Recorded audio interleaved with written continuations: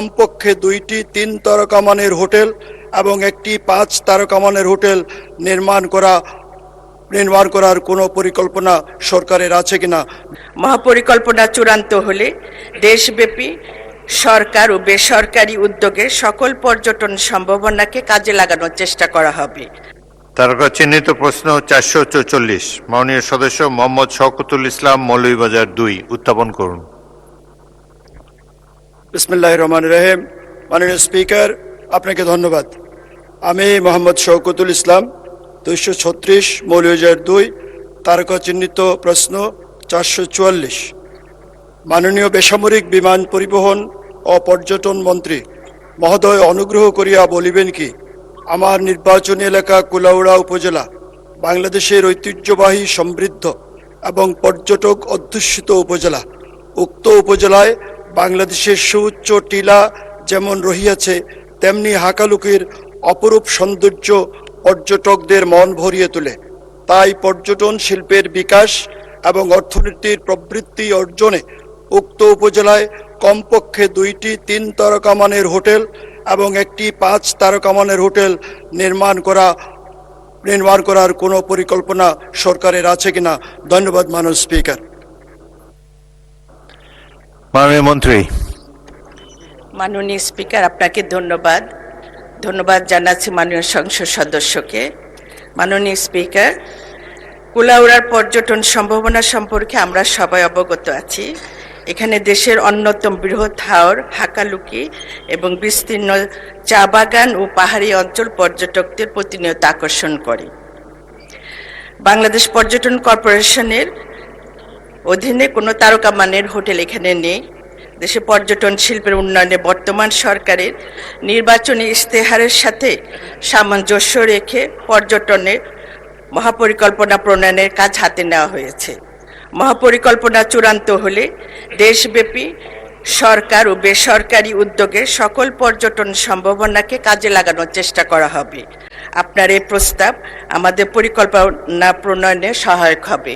ধন্যবাদ মাননীয় স্পিকার। মাননীয় সদস্য মোহাম্মদ শওকতুল ইসলাম, আপনি একটি সম্পূরক প্রশ্ন করতে পারেন। মাননীয় স্পিকার, আপনাকে ধন্যবাদ। মাননীয় মন্ত্রীর মাধ্যমে বুঝতে পারলাম বা জানতে পারলাম যে হোটেল বা মোটেল করার কোনো পরিকল্পনা সরকারের এই মুহূর্তে নেই, কিন্তু পর্যটন শিল্পের উন্নয়নে সরকারের নির্বাচনী ইশতেহারে আছে। এই পরিকল্পনায় আমার নির্বাচনী এলাকা মৌলভীবাজার 2 প্রায়োরিটি পাবে কিনা আমি মাননীয় মন্ত্রীর কাছে জানতে চাই। ধন্যবাদ মাননীয় স্পিকার। মাননীয় মন্ত্রী। ধন্যবাদ মাননীয় স্পিকার। মাননীয় সংসদ সদস্য যেটা বললেন যে পরিকল্পনা নাই, পরিকল্পনাটা আসলে আমাদের মাস্টার প্ল্যানটা যখন আমরা পাবো হাতে, তখন আমরা দেখব যে কোথায় কোন জায়গায় বেশি গুরুত্ব দেওয়া হয়েছে। আসলে বেসিক্যালি মৌলভীবাজার জেলাটা পর্যটন সমৃদ্ধ জেলা। কুলাউড়া যেহেতু একটি প্রধান প্রবেশ পথ এবং পাহাড় ও হাওরের মিলনস্থল, তাই একে আমরা ট্যুরিস্ট হাব হিসাবে গণ্য করতে পারি এবং আপনার এই প্রস্তাবটা আমরা আগামীতে বিবেচনার মধ্যে রাখব। ধন্যবাদ মাননীয় স্পিকার। মোহাম্মদ আব্দুল আলিম, বাগেরহাট 4।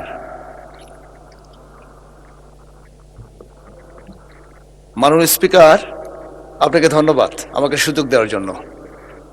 মাননীয় স্পিকার, আপনার মাধ্যমে মাননীয় মন্ত্রী মহোদয়ের কাছে আমার প্রশ্ন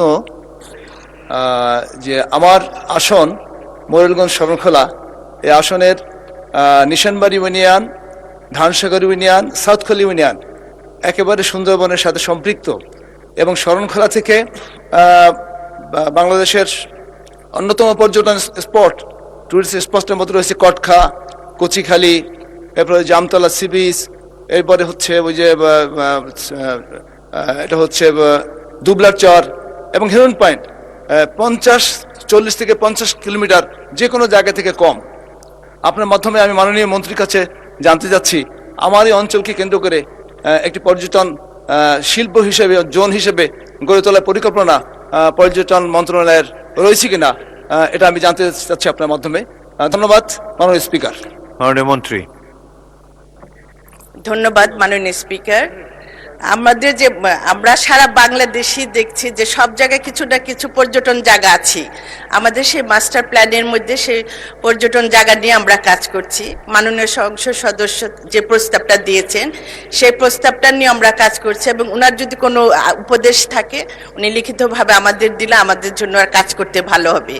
ধন্যবাদ মাননীয় স্পিকার।